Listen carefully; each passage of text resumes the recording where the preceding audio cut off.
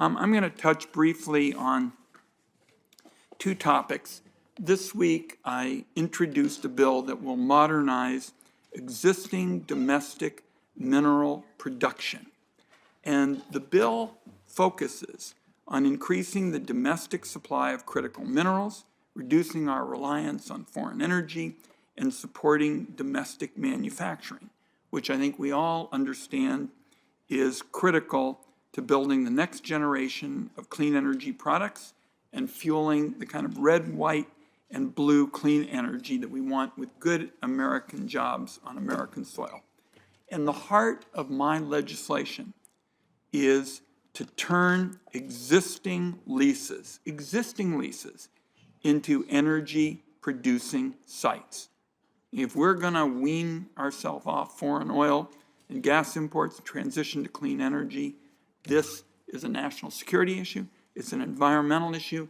I look forward to talking with my colleagues about it in the days ahead, and the legislation was just introduced this week. The other matter I want to touch on is our Clean Energy for America Act, which passed the Senate Finance Committee, which I chair, some months ago. And there's been a development this week. I just want to briefly describe the bill and talk about the development this week.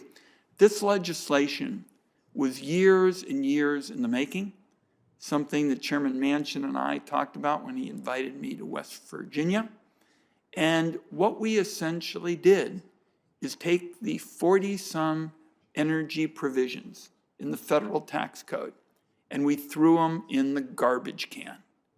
We said, this is basically about yesteryear.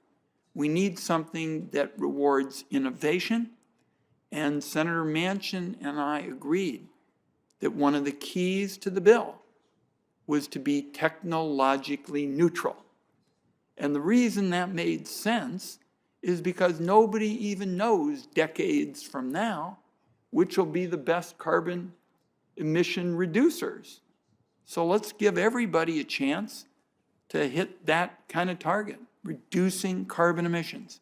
So the bill is tech neutral, it's market oriented, and what it does is it takes that technological neutrality and says, the more you reduce carbon emissions, the bigger your tax savings. All right? House has advanced it. We're going to advance it here. Really like to work with all my colleagues on this. And this week, there's a report with fresh evidence on the importance of this legislation. The Rhodium Group, a well thought of group of energy analysts, said that these proposals would reduce how much money the United States spends on oil by nearly a quarter and increase our capacity to export oil by nearly 30% and natural gas by 15%. So this is an economic winner. It is a environmental winner. It's a winner for our kids and our grandkids. So without objection, I'm going to put that into the record at this time. And the order for the completion of the first round will now be our colleague from Mississippi, Senator Hyde-Smith. And Senator Hickenlooper would be the next to follow. Hope he can return. And then Senator Hoeven. Senator Hyde-Smith.